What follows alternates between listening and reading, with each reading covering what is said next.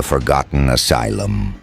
In a quiet, forgotten corner of the countryside, an old asylum stood, its shadow looming over the nearby forest.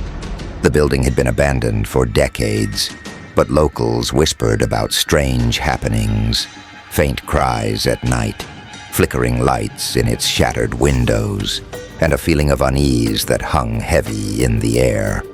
When a group of friends, Sarah, Mark, Emily, and Jake, decided to explore the asylum for their YouTube channel, they were skeptical of the stories.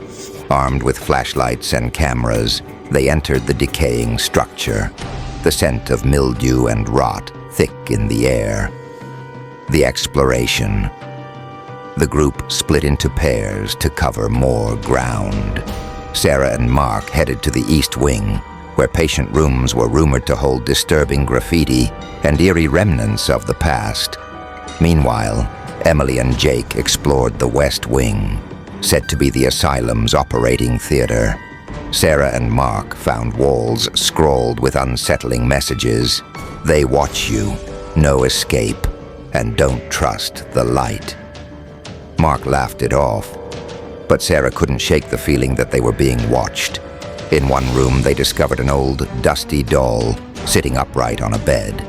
Its eyes seemed to follow them as they moved.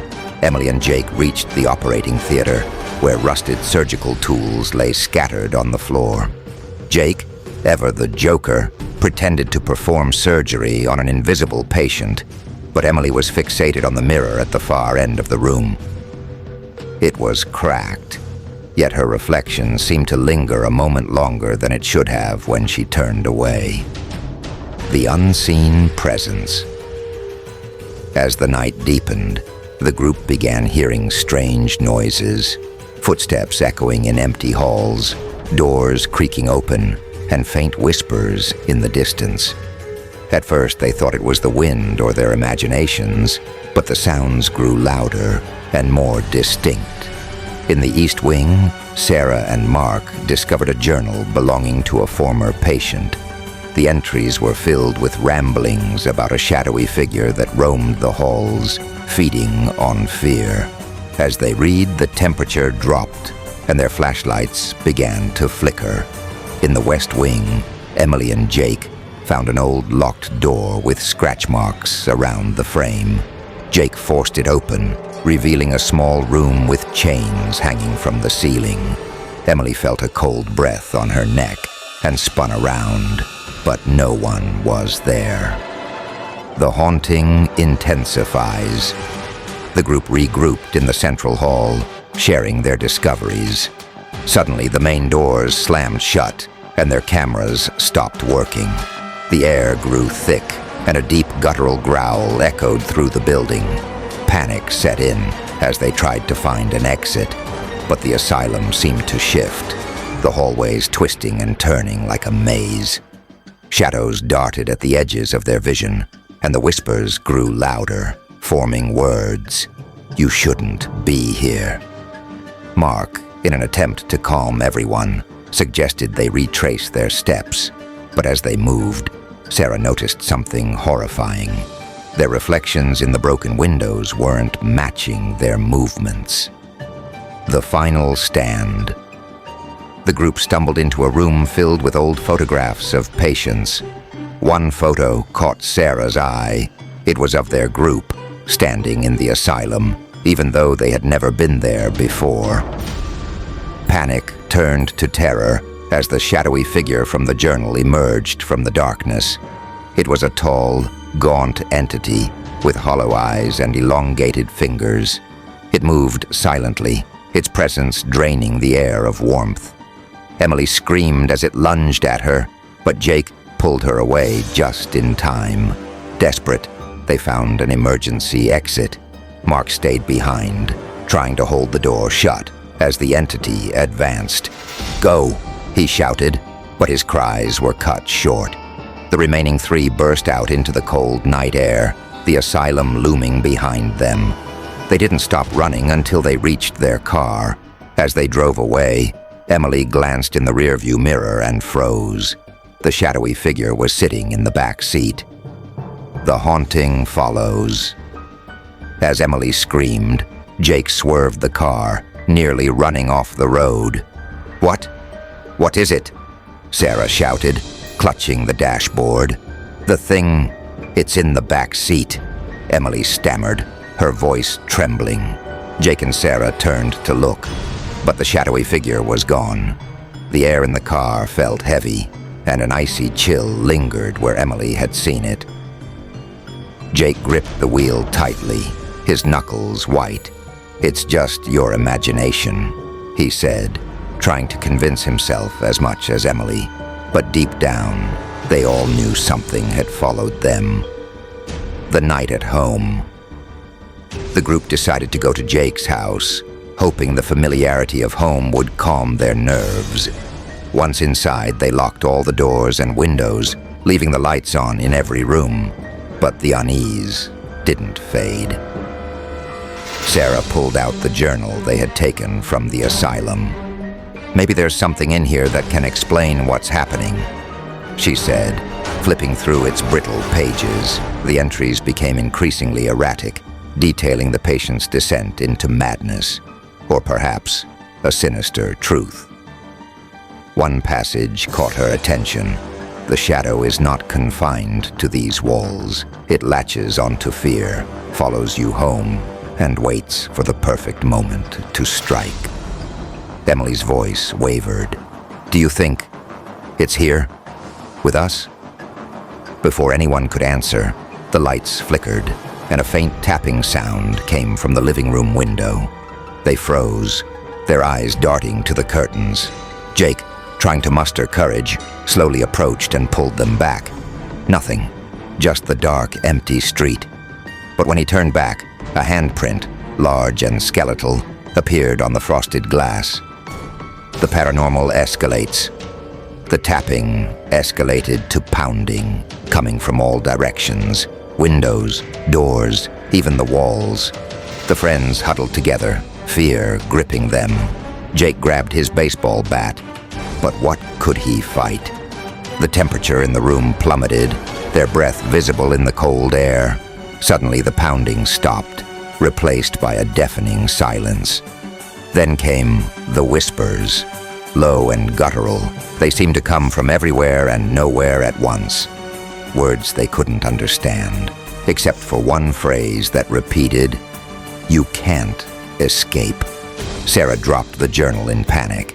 The pages flipped wildly, as if by an invisible force, stopping at a single phrase scrawled in blood-red ink. "It wants one of you."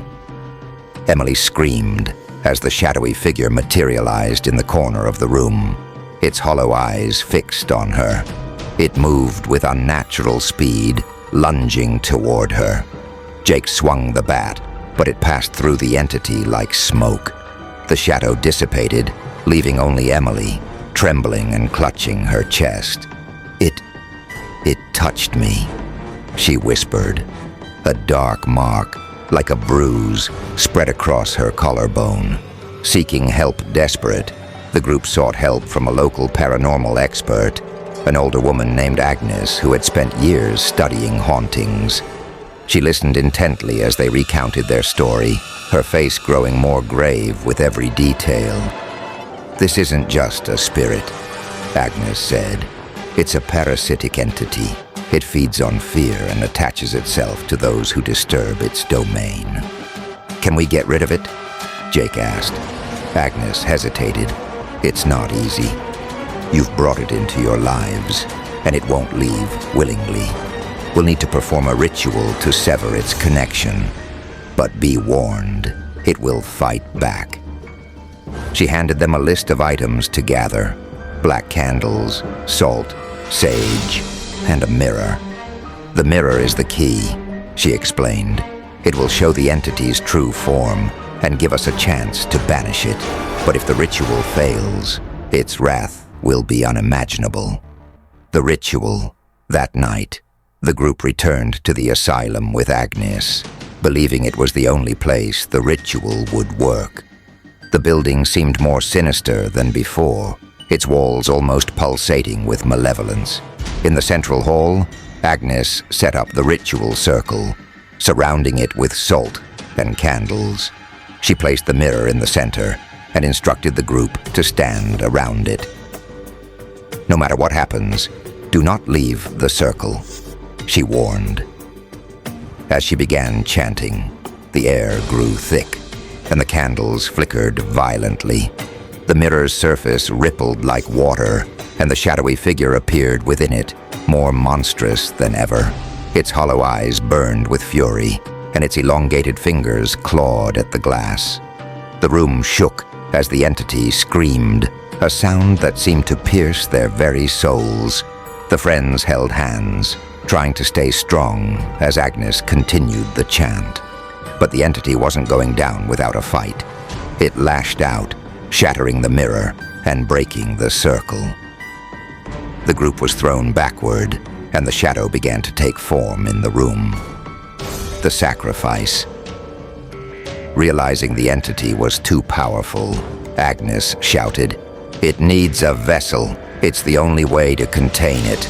She grabbed the broken mirror shard and pressed it to her chest. "Run!" "No!" Sarah screamed, but Agnes stood firm, her body trembling as the shadow entered her. Her eyes turned black, and she smiled, a chilling, unnatural grin. "Go now." The group fled the asylum, hearing Agnes's laughter and the entity's screams blending into the night. Days later, the asylum burned to the ground under mysterious circumstances. The group never spoke of that night again, but they were forever changed. Every now and then, when Emily looked into a mirror, she swore she could see Agnes's face staring back at her, the same unnatural grin frozen in place. Shadows never rest. Weeks passed since the asylum burned down, but peace eluded Sarah, Mark, Jake, and Emily. Though they had escaped, the entity's presence lingered in subtle, unnerving ways. Sarah noticed strange scratches appearing on her bedroom walls overnight. Jake's electronics malfunctioned at random, emitting whispers in the static. Emily couldn't sleep without nightmares of Agnes's face in the mirror. Mark, however, began to change. Withdrawn, irritable, and increasingly paranoid, the group gathered one night at Jake's house to discuss the unsettling events. "I don't think it's over," Emily said, her voice barely above a whisper. "It's still with us." "No," Mark snapped, pacing the room. "We ended it. Agnes ended it. You're all just scared over nothing." But his words lacked conviction, and his shadow on the wall seemed darker, more distorted than the others. The mark of the entity. Later that night, Sarah stayed back to comfort Emily while Jake and Mark left. As they cleaned up, Emily's phone buzzed with a notification, a video from an unknown number. Hesitant, she opened it. The grainy footage showed the group inside the asylum during the ritual. But something was wrong. Agnes wasn't in the video. Instead, it showed Emily standing where Agnes had been, her eyes black and a twisted grin on her face. Emily dropped the phone, trembling. "That's not possible. I wasn't..." Before she could finish, Sarah noticed a shadow move across the room, even though nothing was there to cast it. The lights flickered, and a deep, guttural voice echoed, "You can't run." Mark's descent. Meanwhile, Mark's behavior grew more erratic. He started hearing voices calling his name, seeing fleeting figures in his peripheral vision. One night, Jake found him in his garage, staring at the wall, muttering, "It's inside me. It won't stop." When Jake tried to snap him out of it, Mark turned with a menacing glare. "It chose me," he said. "You can't save me. None of you can." The next day, Mark disappeared. The group searched everywhere, but he was gone, without a trace. The truth revealed. Desperate for answers, Sarah and Jake returned to Agnes's home, hoping to find something that could help. The house was filled with books and artifacts related to the paranormal. In a journal, they found a chilling entry. "If the ritual fails, The entity will seek a new vessel. It will torment the others to weaken their spirits, ensuring no one stands in its way. Only by confronting it in its realm can it be destroyed. What does that mean? Its realm, Jake asked, flipping through the pages. Sarah pointed to a passage. The mirror serves as a gateway. To face the entity, one must enter the reflection and confront the shadows within. But beware, once inside, escape is not guaranteed. Entering the reflection, the group reunited, determined to bring Mark back and end the entity's terror once and for all. Using a large antique mirror from Agnes's house, they recreated the ritual circle in Jake's basement. As they chanted the incantation from the journal, the mirror's surface began to ripple like water. One by one, they stepped through, finding themselves in a dark, twisted version of the asylum. The walls oozed with black tar, and the air was filled with anguished cries. The group moved cautiously, calling out for Mark. Shadows darted around them, whispering their fears and regrets. Finally, they found Mark in the central hall, chained to the floor. His eyes were hollow, his body gaunt. "It's too late," he murmured. "It's inside me." The entity appeared, towering and grotesque, its form shifting between human and monstrous. "You dare return?" it roared, its voice shaking the ground. The final confrontation. The group formed a circle around Mark, holding hands and chanting the banishment spell.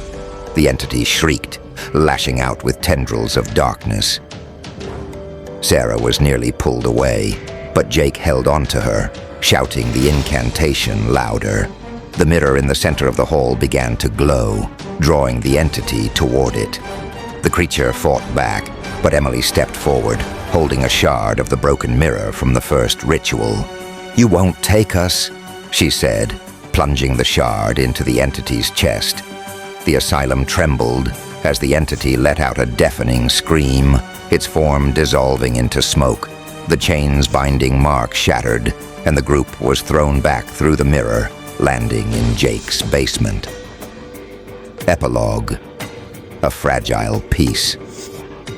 The mirror shattered, sealing the gateway for good. Mark was weak but alive, his eyes filled with gratitude. "Thank you," he whispered.